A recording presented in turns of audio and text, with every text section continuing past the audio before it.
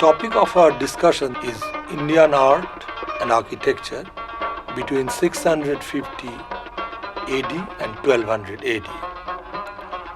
Let us begin with an obvious statement.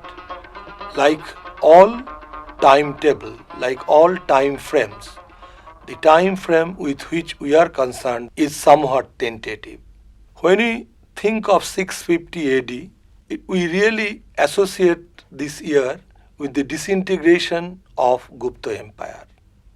And when we talk about 1200, we loosely associate the period with the advent of Islam in certain parts of the Indian subcontinent. These two dates have been used by historians for the sake of convenience. We do not really know how the people of the past, how the people in 650 AD or how the people in 1200 AD really looked at this period.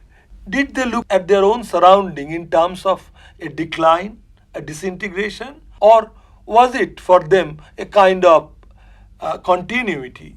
The kings came and kings went away. Kingdom rose and kingdom fell. But did it really affect their lives? Similarly, when we think of 1200 AD, when we think of the advent of a new worldview, a new ideology on Indian soil, did it mean an abrupt break from the past? Did the people of India unduly alarmed at what was happening? It is as a matter of convenience that we have to look at this time frame. Historians have debated on how to look at this period. For example, Nihar Ranjan Roy argued with sufficient justification that here in this period we are really confronted with a new kind of situation which he called medievalism, which was a break or which was a change from what had happened in the earlier periods of history. In recent times, Professor B.D. Chattopadhyay has contributed to this debate, and between Roy and Chattopadhyay, we now have a kind of coherent picture of or coherent idea of how to look at this period. The most important feature of this period is growth of regionalism. If Indian art and architecture of this period can be characterized by the most important element, it is regionalism. Gupta art had created an all-pervasive aesthetics. This all-pervasive notion of ideal form will be transformed, will be redefined, will be reused and reinvented by the artists, by the craftsmen, by the canon makers, the people who made the Shilpa texts, and by the patrons and devotees in the years between 7th and the 12th century AD. How did it happen?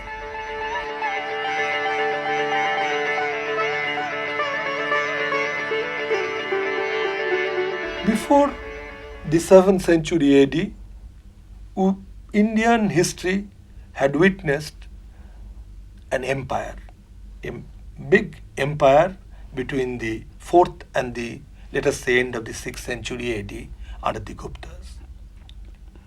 From 7th century onward, new polities, new political centers would emerge over the length and breadth of the subcontinent. It is not just the growth of regional polities that make this period so important. Both in the domain of script and language, forms of writing and language, there will be an increasing tendency at regionalization. Similarly, literature will again assume a distinct regional character. Other important and I would say defining feature would be a new kind of ideology dominantly feudal ideology. By this period, the money economy of the earlier period had completely collapsed.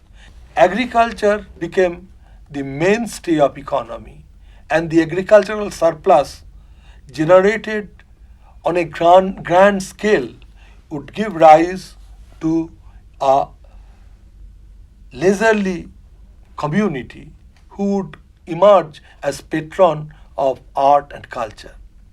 And it is this community which will promote the idea of bhakti. This ideology will reinforce the new feudal social order where the tie of loyalty between the local potentates, the subject people, and the intermediaries will be very, very important. And the concept of bhakti will reinforce not only the feudal society, it will reinforce much of the art and architecture that would emerge during this period. It is in this period that both Brahminical Hinduism and Mahayana Buddhism will evolve a more complex character from the placid world of iconography of the Gupta period.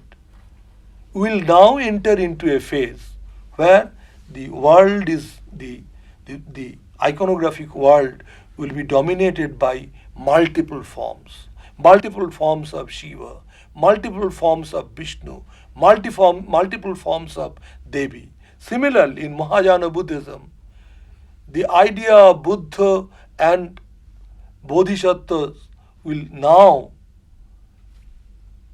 develop into large number of tantric deities, Tara and her followers. Similarly, in Jainism, large number of Shasana Devi and attendant Jakha of the Jaina Tirthankaras will be created. In other words, the religious scenario will become very complex. And this complexity, this elaboration of an earlier, more simple structure will be a defining feature of the culture and more particularly of art and architecture of the period between 650 and 1200. It is in 7th century AD a very significant development took place in Mahabalipuram in the state of Tamil Nadu. Sir, why is Mahabalipuram so important? Mahabalipuram is very important because it is here at Mahabalipuram that the artists and the patrons could come out of century-old prejudice of using stone as a material for carving religious images. It is in the 7th century AD, largely because of the grand vision of an individual, Mahendra Barbhan, the great Pallava king, that a new experiment began on the natural outcrops facing the sea, Bay of Bengal at Mahabalipuram. The Mahabalipuram experiment was soon replicated on the Sahyadri mountains, at Ellora, close to Aurangabad, and at Aurangabad itself, or at Elephanta, close to Mumbai. Cave temples dedicated to the Brahminical cults, dedicated to Buddhism, dedicated to Jainism were fabricated. And the entire wall surface were richly carved with narratives as well as religious images. Here the artist not only experimented with new kind of challenges, they explored the possibility of using diagonals to its fullest possible extreme. The balanced, poised world of the Gupta art had been changed, and a world of art was created which was full of activity, which was full of dynamism. And this really marks the earlier phase of the period with which we are concerned. Please tell us, sir, what are the major temple forms in India? The tradition of temple architecture in India goes back to the Gupta period. But between the 7th and the 12th century AD, the temple forms of India became far more complex and reached a level of maturity unprecedented in the history of temple architecture. The three basic temple forms, Nagara, Dravida and Beshara, are clearly geographical in character. Nagara form prevails in greater part of northern India, whereas the Dravida tradition is concentrated primarily in southern India. And Beshara, which is also known as Bhumija or Chalukya, has its area of concentration in Karnataka and Maharashtra region. Basically, forms are very simple.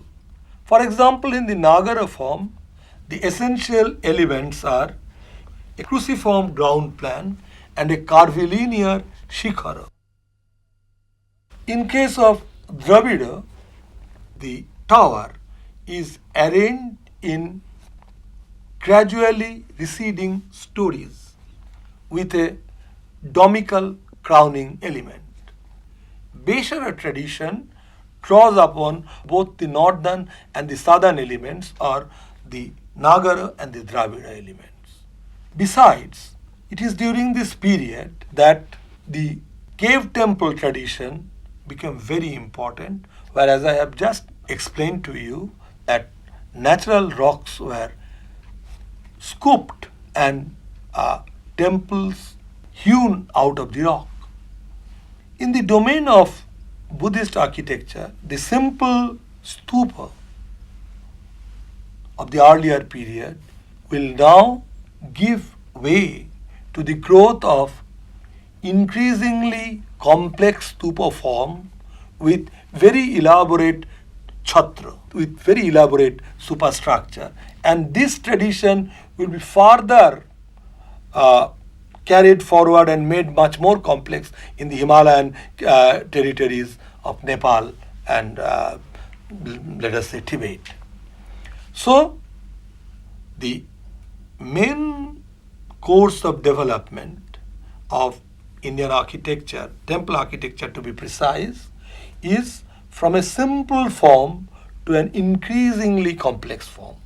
In a city like Madurai, for example, the entire city or the substantial part of the city is enclosed within these gopurams or temple gateways.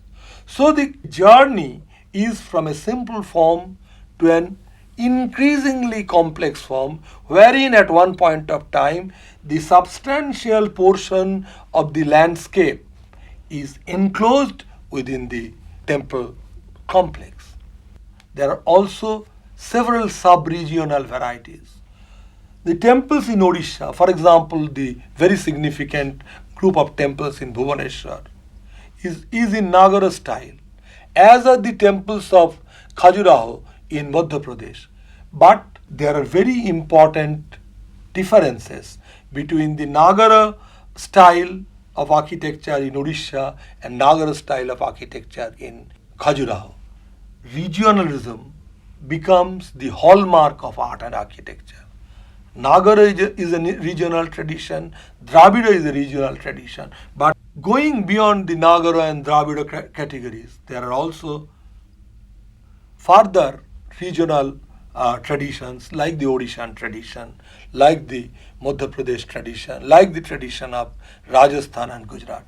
Similarly, in South India, the tradition reflected in the Chola period temples at Tanjore, for example, the great temple of Brihadishwara at Tanjore, or somewhat later temples in Kerala, they are different, implying that the artists and their patron kept on exploring new areas within within certain broad stylistic and iconographic parameters.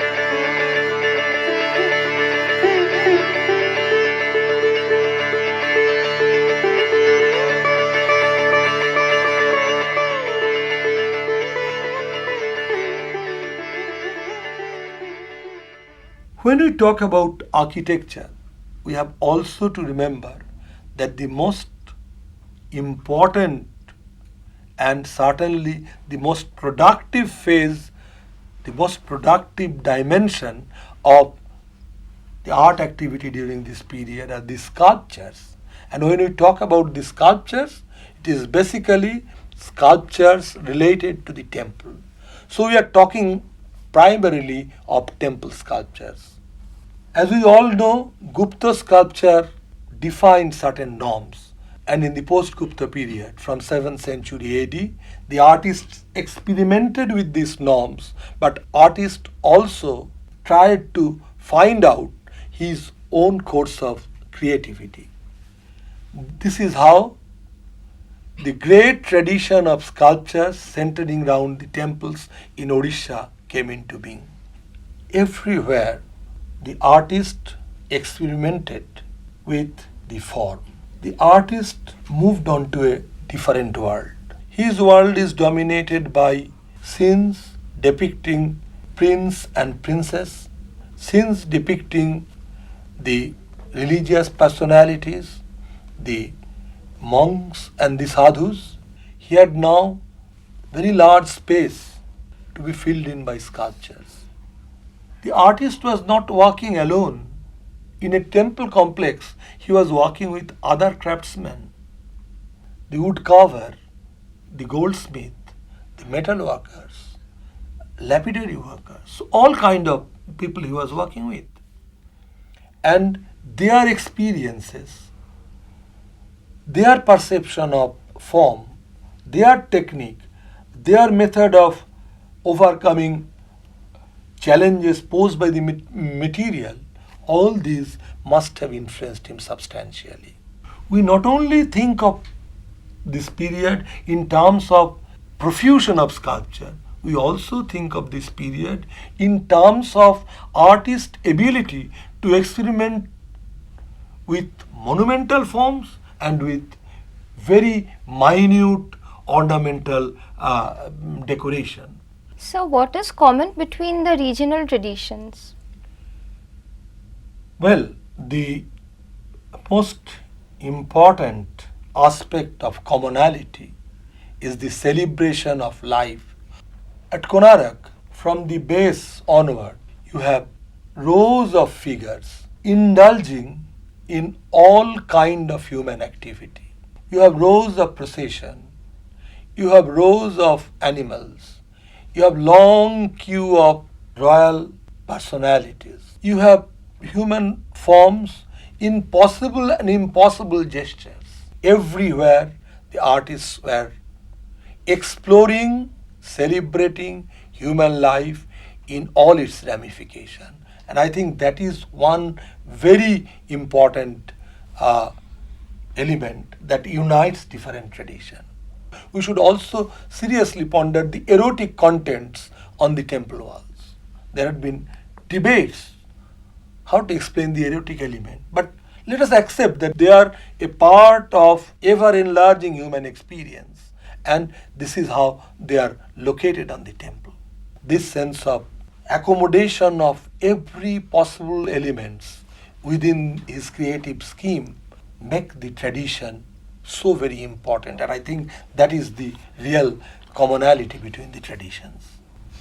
Another important aspect of art during this period is painting.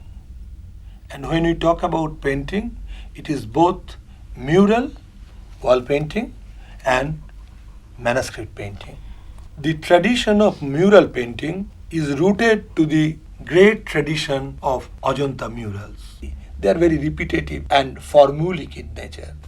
But from 8th century onward, at the cave temple of Ellora, the artist experimented with the modeling quality of Ajanta and also the possibility of stretching the linear forms.